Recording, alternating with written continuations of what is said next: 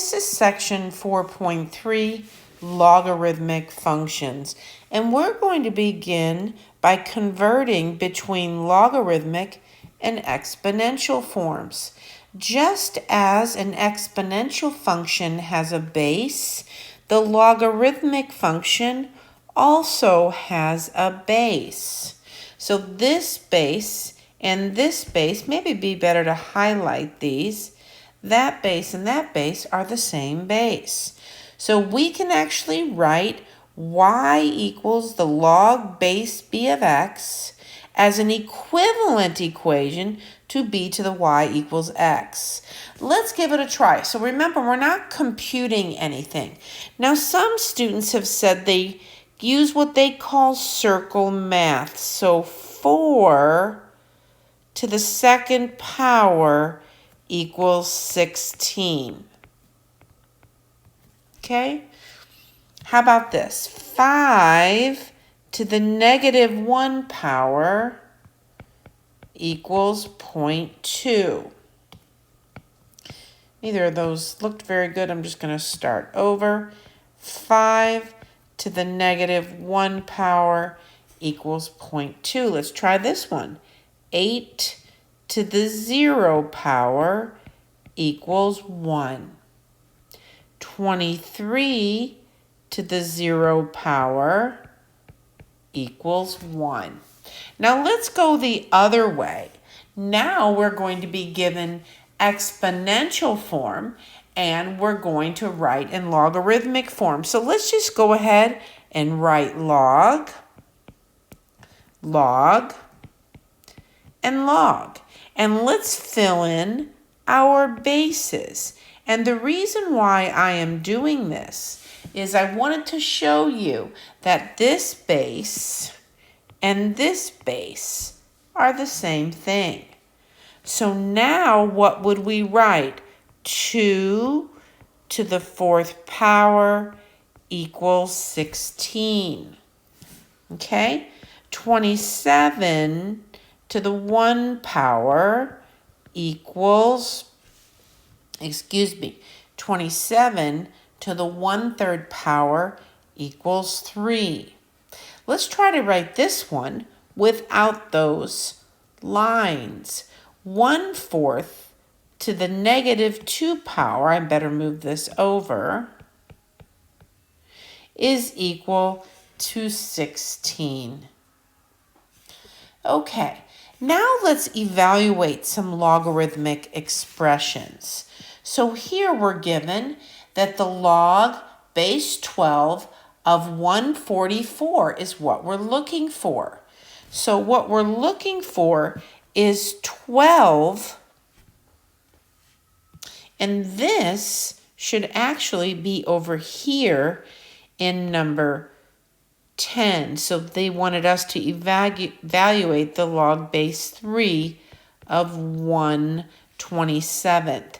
So I think I can come up with a white pen and I can actually erase this. And so maybe you can cross it out or you can do the same.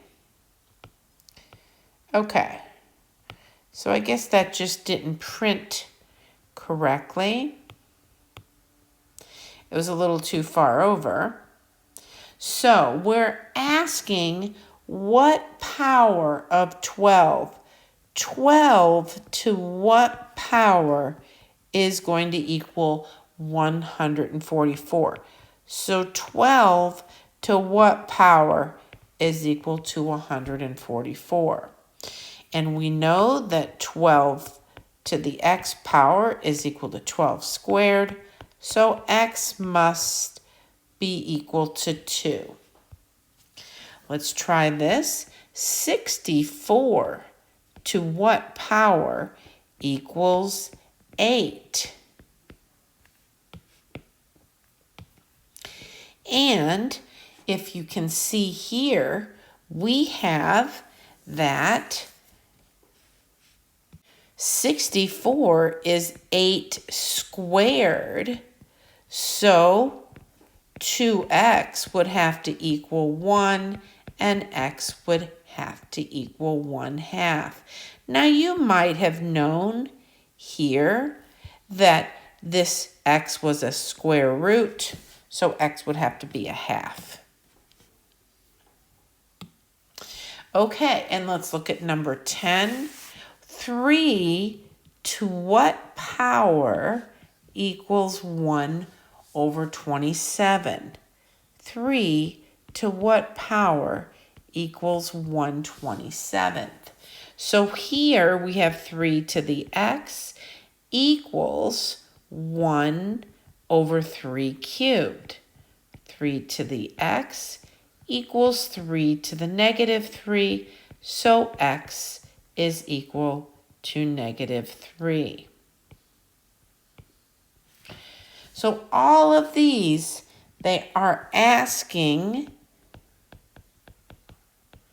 for the exponent. All of these, exponent on base b.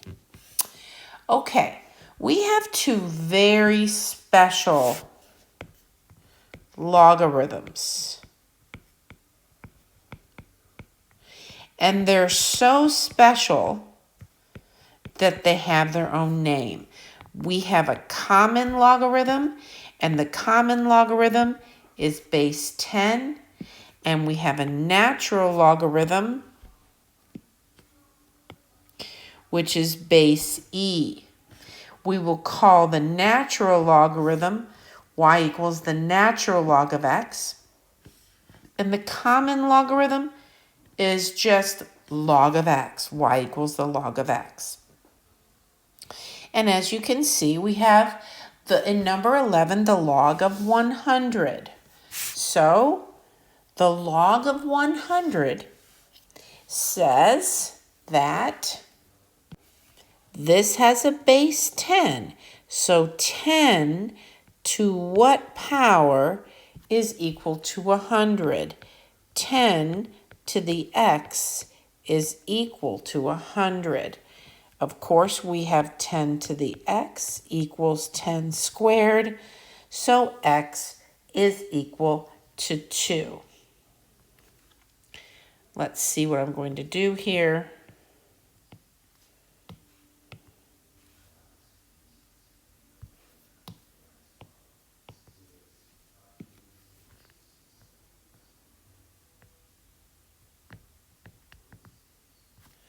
And so we have x is equal to 2. Again, we have a base 10 here because it's a common logarithm. So 10 to what power equals 0.0001? So 10 to the x power equals 001. So here we have 10 to the x power equals 10 to the -4th power, so x is equal to -4. Now, we could rewrite this as the log base e of e to the -3rd power. So here we're saying e to what power equals e to the -3. So e to what power equals e to the -3. And of course, x is equal to -3. Here we have the log base e of e to the 10th power. E to what power equals e to the 10th? So x is equal to 10. See if I can make this just a little bit smaller. Okay, now we're going to use our calculator to approximate the value using our calculator. And we're going to round answers to 4 decimal places, okay? And then you can also check them like this, okay? So we're going to go ahead and get our calculator, and we are going to have the log, and this is button right to the left of number 7 of 200, okay? And so that's about equal to 2.301. And in order to check this, I guess we could do that. We can take 10 to the 2.301 power, and that's about equal to 199.986. And you can try that in your calculator. Okay? How about the log of 0.074? That is about equal to negative 1.1308. So if we want to check that, we have 10 to the negative 1.1308, and that's about equal to 0.074. Okay, so here for the natural log of 200, we come up with 5.2983. And the natural log of 1.005 is negative 5.30. Let's try that again. I think I did 2 of those. The natural log of 1.005, that's better. And that's 0.00. Let's just round that to 50. Now, if you would check these on your calculator, and I'll just give these to you. E to the 5.2983 power is about equal to 199.9965. So very close to 200. And then if you want to check this, e to the 0.005 power is about equal to 1.005. So again, very, very close. Now let's talk about some properties of logarithms. So what we have here is we have some basic properties. The log base b of 1 is 0. The log base b of b to the x is x. The log base b of b is 1, and b to the log base b of x is x. Okay, so let's simplify some of these. You can see these properties. We're going to now have 19 to what power? And actually, we have the log base b of b to the first power, so that's just going to equal 1. And that's because 19 to the first power is equal to 19. Okay, the log base 10 of 10 is equal to 1, since 10 to the first power is equal to 10. The natural log of e is the log base e of e to the first power, and that's going to be equal to 1, since e to the first power is equal to e. Okay. The log of any base of 1 is always going to equal 0. And that's because 273 to the 0 power is 1. Here, again, this is equal to 0 because it's the log of 1, since 1/8 to the 0 power is 1. This is the log of 30 to the 10th power, base 30. So that's going to be equal to 10, since 30 to the 10th power is equal to 30 to the 10th power. Let's keep going. This is equal to the log base e of e to the negative 12th. And this is equal to negative 12 since e to the negative 12th power is equal to e to the negative 12th power. Okay, this is equal to the 10 raised to the log base 10 of 14. And we will be using this property right here. And as you can see, it's just going to be equal to 14. Here again, we have that this is equal to 5. Using that property. Okay, let's graph some log functions. And as you can see, we're going to graph y equals the log base 3 of x. Okay, so let's let x be, well, we could go into exponential form, which is 3 to the y equals x. So we are actually going to give y values first. And then our x values will be 3 to the 0, 3 to the first power,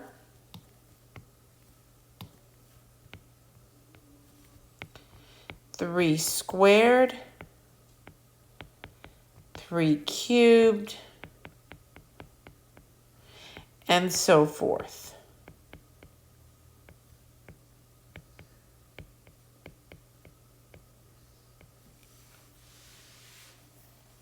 And you can see the graph right over here.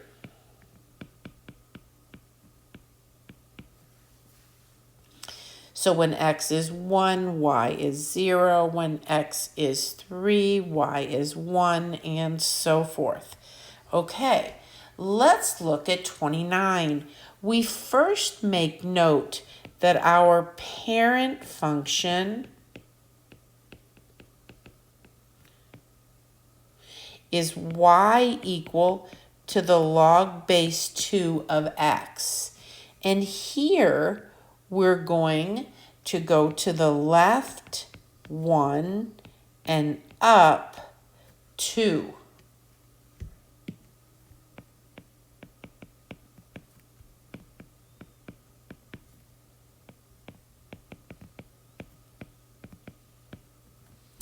And so now, if we have these x and y values, and we can just do -1 and maybe -1/2 because this is a little difficult with this logarithmic function.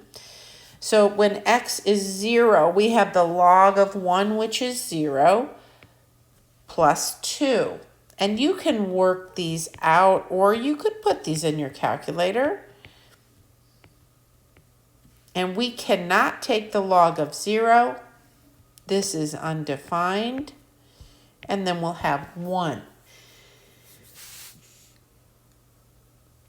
So as you can see, this logarithmic function was shifted up 2. It was originally here. And actually, that's not true. It was shifted to the left 1 and up 2. So that parent function, of course, here, and this is our given function, y equals log base 2 of 1 plus x plus 2. And here is your general form with your transformations. Okay, so what do you notice? Do you notice that these graphs, these functions, are inverses of each other? The logarithmic function and the exponential function. So, as you can see, they interchange their domain and range. They interchange their asymptotes and their x and y values. Again, our base must be greater than 1. So, give the domain and range in interval notation and then write an equation of the vertical asymptotes. Well, as you can see, log base 2 of x plus 3. As you notice, this went to the left 3. Okay? So, instead of our domain being from 0 to infinity, we're now at -3 to infinity.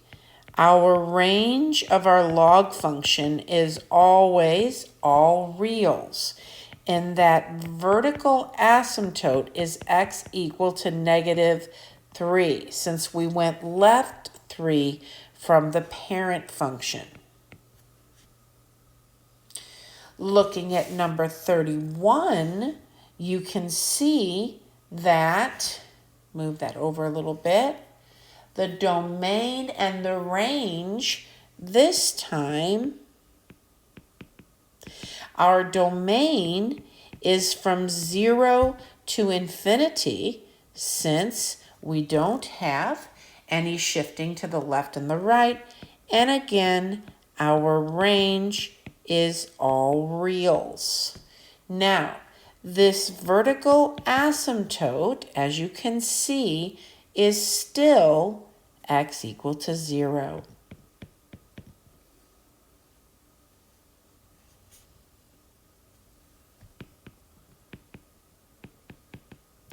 Okay, looking at number 32, what do you notice? You can see that this is the log of x minus 4 multiplied by the log of x plus 1. So we will actually have vertical asymptotes at x equal to 4 and x equal to -1.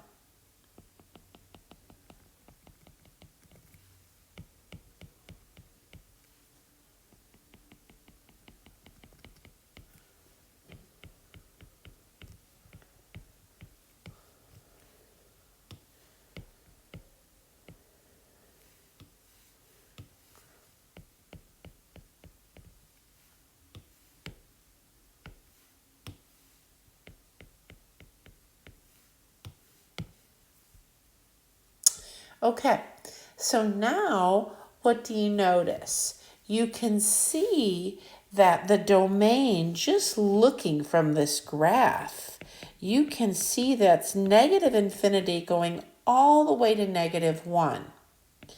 And then we'll combine that with 4 to infinity. And of course, that range is going to be -infinity to infinity.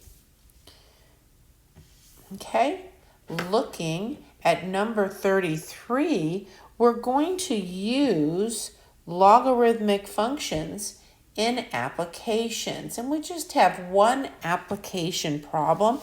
If you would like to pause the video and read through this problem, you can. But basically, this function gives the absolute magnitude of a star. And what that is equal to is the apparent magnitude, which is m, minus 5 times the log of d divided by 10. Now, if we have d, this d is the distance from Earth. and that is in parsecs. Okay? And this little m, we can just put apparent magnitude. And then we have absolute magnitude. Okay?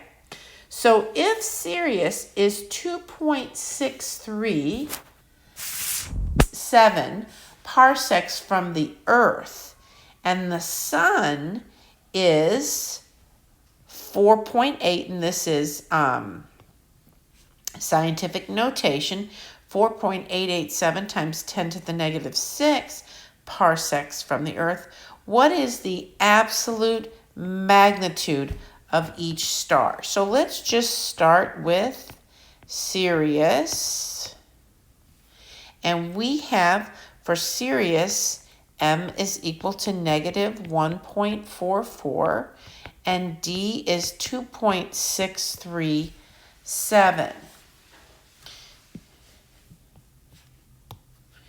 And apparent magnitude of the Sun is negative 26.4. Okay? So now we have the absolute magnitude is negative 1.44 minus 5 times the log of 2.637 divided by 10. So that is approximately 1.45.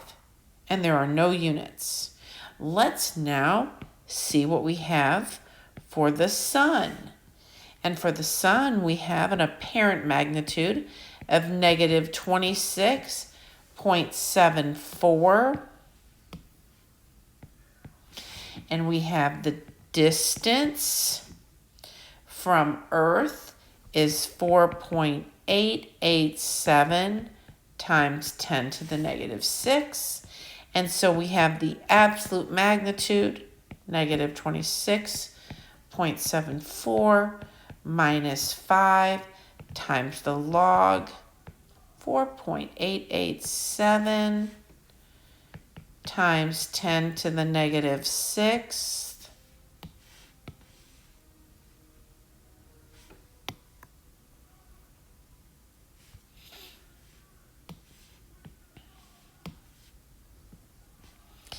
And that's about equal to 4.81. So as you can see, this is much less bright than Sirius.